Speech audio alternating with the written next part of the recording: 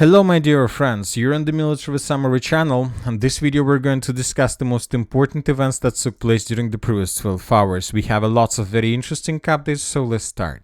And this video I would like to start not with the situation on the ground, not with the statements made by Putin regarding Trump's request to save lives of Ukrainian soldiers in the Kursk direction.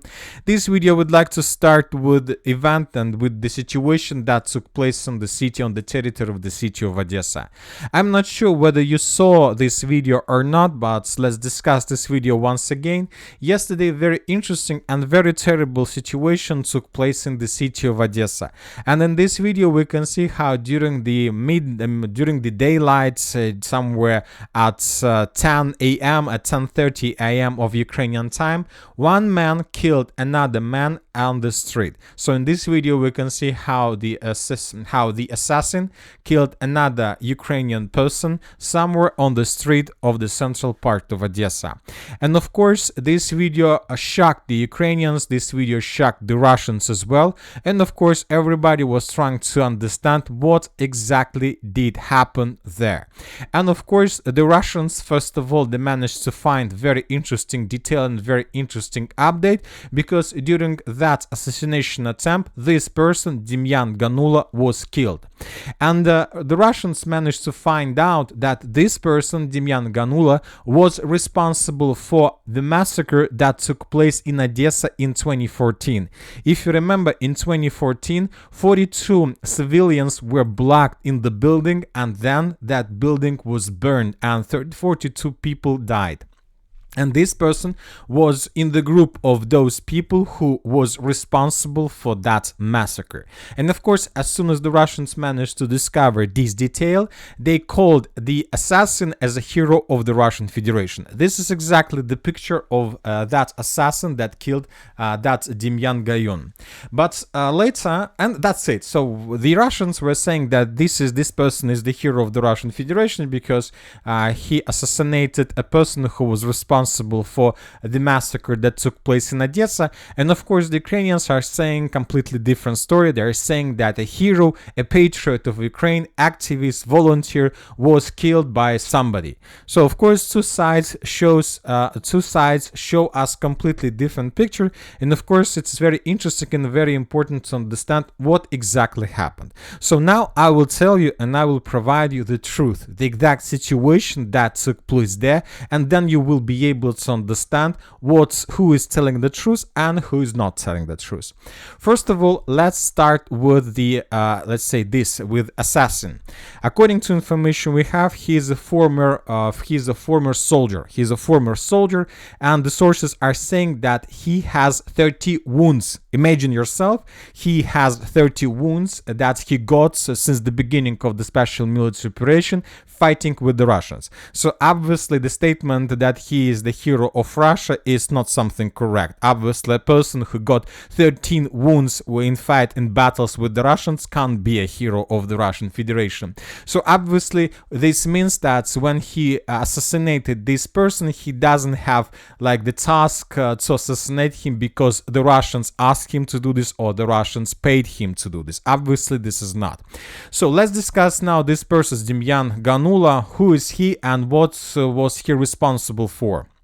According to information we have, Demyan Ganula, this person, didn't serve in Ukrainian army. But as you can see on his shoulders, on his hands, we can say that he would fit perfectly the soldier of the armed forces of Ukraine.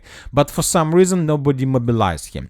And the thing is that he had the gang. He had the gang in Odessa, and that gang helped the recruiters of Odessa to capture young people and to send them to the line of combat contact. And this is the reason why he wasn't mobilized, because he made a lot of services to the Ukrainian military authorities by capturing people, by helping recruiters to mobilize people on the streets. So all those videos when recruiters were capturing people were made by the persons like him. So what is the connection between this person and the person that assassinated him? In 2022 or in 2023, I can't tell you for sure, there was a very interesting case in Odessa. 3 recruitmen entered a gym. It was a gym, and they planned to mobilize and to capture young men from gym. Obviously, this is the perfect place where you can capture as many as possible people who can be sent later to the line of combat contact. But those 3 recruiters were stopped by administrator of the gym. An administrator of the gym, using very, very rude words, asked them to go from gym as far as possible. And then those recruiters went to this man, to this Demyan Ganula, and asked him for help. They asked this person to help them, first of all, to punish that gym administrator and to help them to mobilize him. And then this Demyan Ganula, this person, volunteer and activist of Ukraine, went to that gym with his people, and they basically tortured that administrator, and they captured him and they sent him to the recruit center. Later we found out that 3 months later, since that episode, that young administrator of the gym was killed on the line of combat contact. And so what is the connection between this person who assassinated this guy and this gym administrator and so on? And according to information we have, this assassin was the father of that gym administrator, because this person, this father, this former officer, former soldier, have been fighting with the Russians since the beginning of the special military operation, and he indeed was a real hero for Ukraine, because he was fighting for his family, and probably it was something like a deal. He went to the line of combat contact, but his son should stay at home.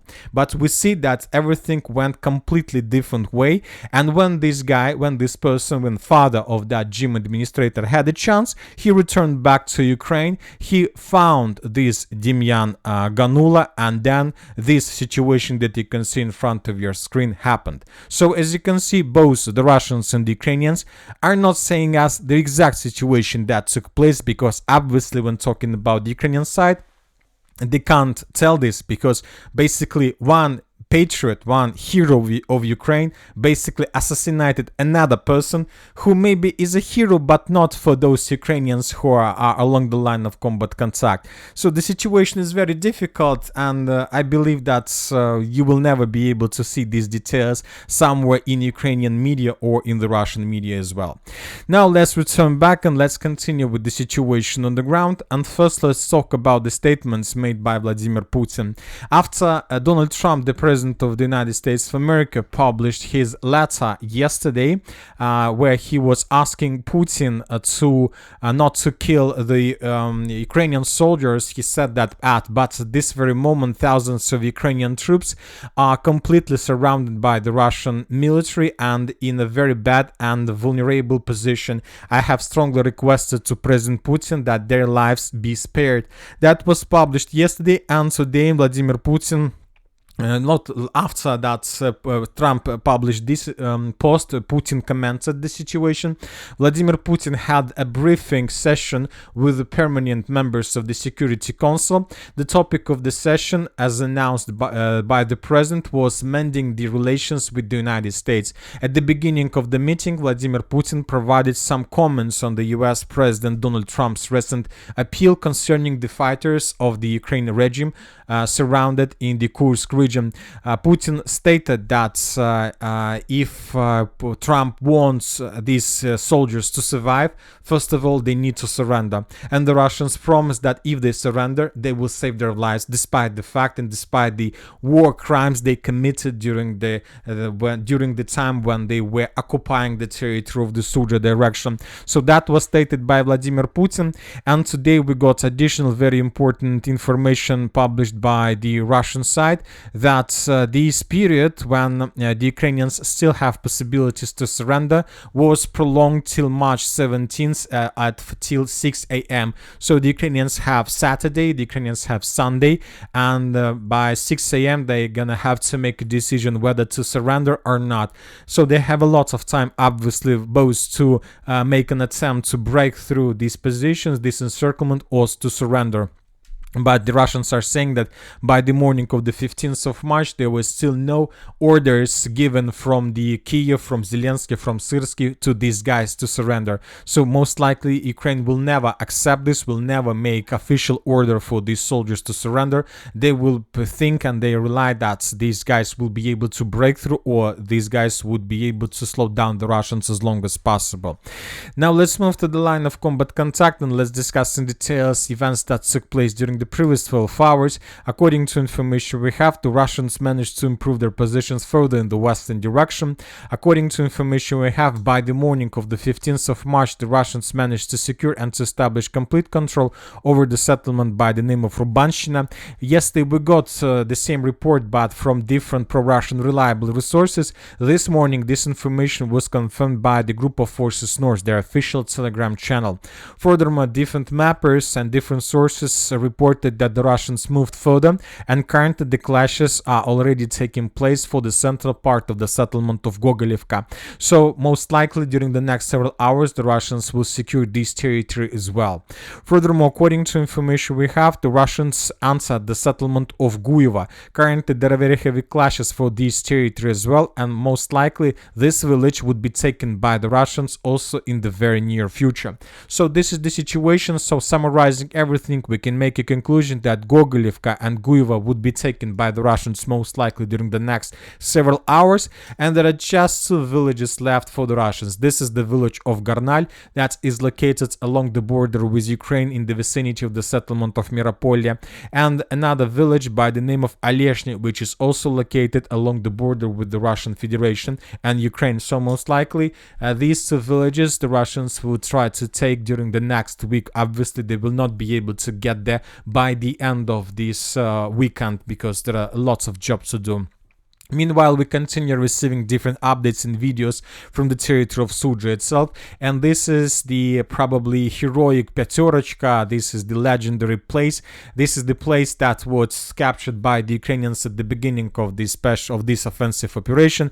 This is the Pyaterochka. Everybody was talking a lot about at the beginning. Every single Ukrainian group that entered Pyaterochka, entered Sudzha first, went to this building and made some signs, some letters, some text on these walls, let's say to as a memory probably of this adventure or something like this. The Russians continue publishing videos with trophies. In this video we can see how the Russians managed to capture completely undamaged probably the M777 howitzer of the armored force of Ukraine. We had more trophies like equipment that Ukrainians were using to build bridges. So obviously the Russians managed to take a lot of trophies in this area. Now let's move further and let's discuss the situation on the other front lines. Now let's talk about the northern Kupyansk direction. Today we continue receiving reports that Ukrainians managed to force the Russians to fall back from the territory of Figilevka. This information yesterday was provided us by pro-Ukrainian sources. Today we have the same report from neutral mappers. Now let's move further and let's discuss the situation in the city of Torskoye, where the clashes continues, but this time the Russians managed to improve their positions and to restore some lost territories during Ukrainian counteroffensive.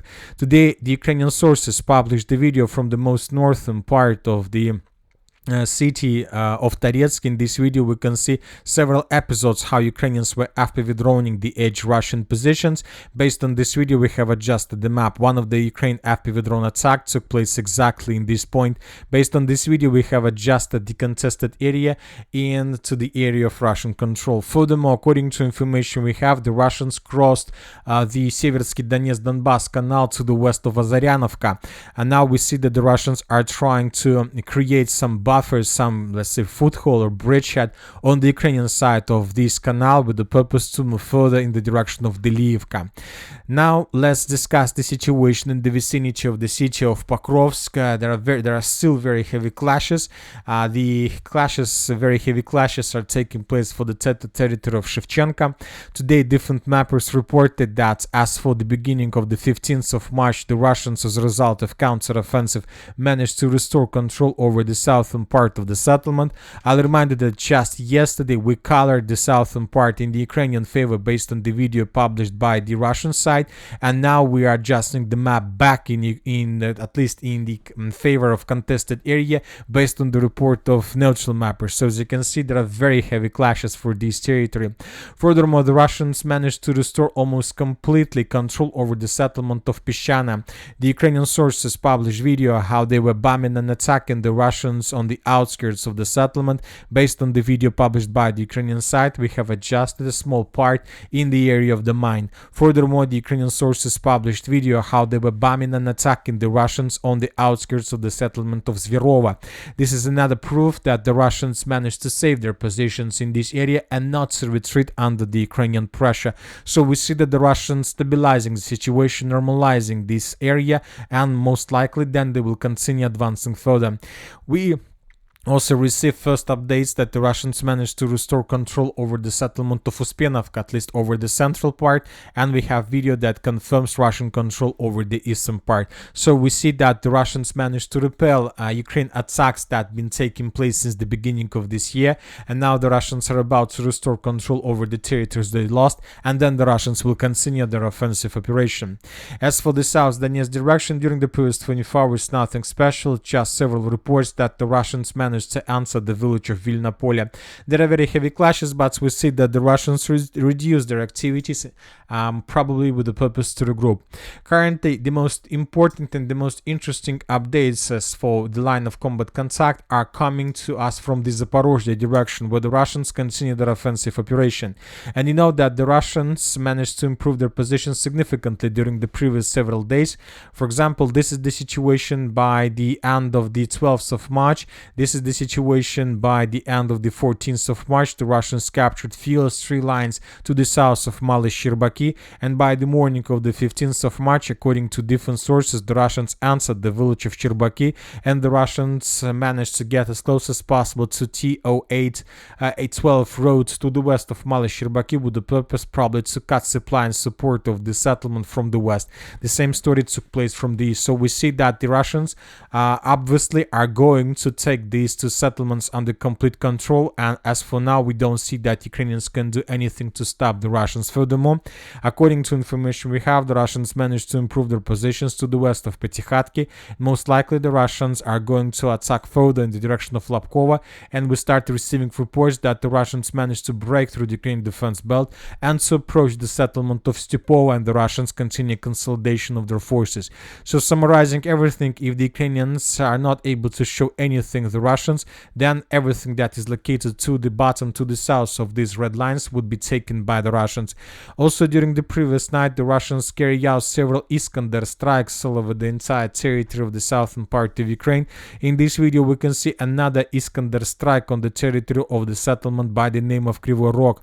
This morning, the Ukrainian sources published the videos of consequences of Russian Iskander strike.